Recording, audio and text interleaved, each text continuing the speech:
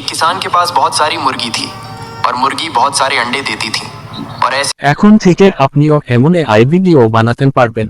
তো কিভাবে এমন ভিডিও বানাবেন সম্পূর্ণ প্রসেসটা আজকে আপনাদের সাথে শেয়ার করব। ভিডিও শুরুর আগে একটাই কথা, ইউটিউব টিপস ও নতুন নতুন ভিডিও জেনারেট আইডিয়া পেতে চ্যানেলটাকে সাবস্ক্রাইব করুন। তো লেটস স্টার্ট। প্রথমেই আমি এমন একটা ভিডিও সিলেক্ট করে নিন। এখন এর শেয়ার অপশনে ক্লিক করুন। এখান থেকে কপি লিংক করে নিন। এখন সরাসরি চলে যান ক্রোম ব্রাউজারে। এখন সার্চ করুন ইউটিউব স্ক্রিপ্টস। এখন প্রথমে যেটা এসেছে সিম্পলি এটাতে ক্লিক করুন। এখানে এসে পেস্ট করে দিন। নিচে দেখুন স্ক্রিপ্টটা চলে এসেছে। এটা কপি করে নিন।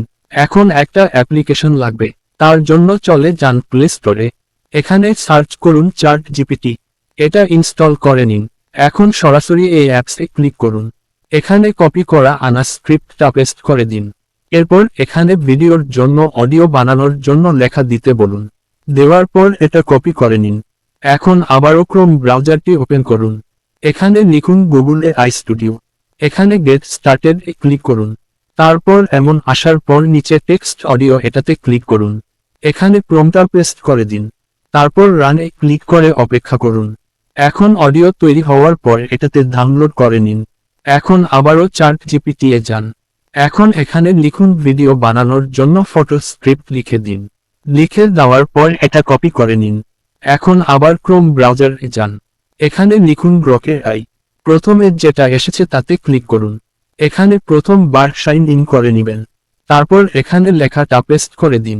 কিছুক্ষণ অপেক্ষা করুন। ওরা 4 থেকে 5টা ভিডিও বানিয়ে দিবে। আপনার যেটা পছন্দ এখান থেকে জেনারেট করে নিন। তারপর আবারও চ্যাট জিপিটি যান।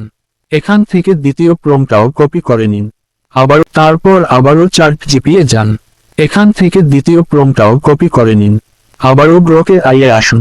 এখানে প্রম্পটটা পেস্ট করে দিন। আরও 4 থেকে 5টা ভিডিও বানিয়ে দিবে। এখান থেকে যেটা পছন্দ সেটা ডাউনলোড করে নিন। এভাবে প্রত্যেক স্ক্রিপ্টের ভিডিও বানিয়ে নিন। তারপর যেকোনো ভিডিও এডিটিং অ্যাপসে ঢুকুন। আমি ক্যাপকাটে ঢুকলাম। সিম্পলি ডাউনলোড করা ভিডিও 2টা অ্যাড করে নিন। এখন নিচে সাউন্ড ক্লিক করে আপনার ডাউনলোড করা সাউন্ডটা অ্যাড করে নিন। এরপর কাট করে ভিডিওটা মিলিয়ে নিন। সবশেষে এক্সপোর্ট করে নিন। এইভাবেই ভিডিওগুলো বানানো হয়।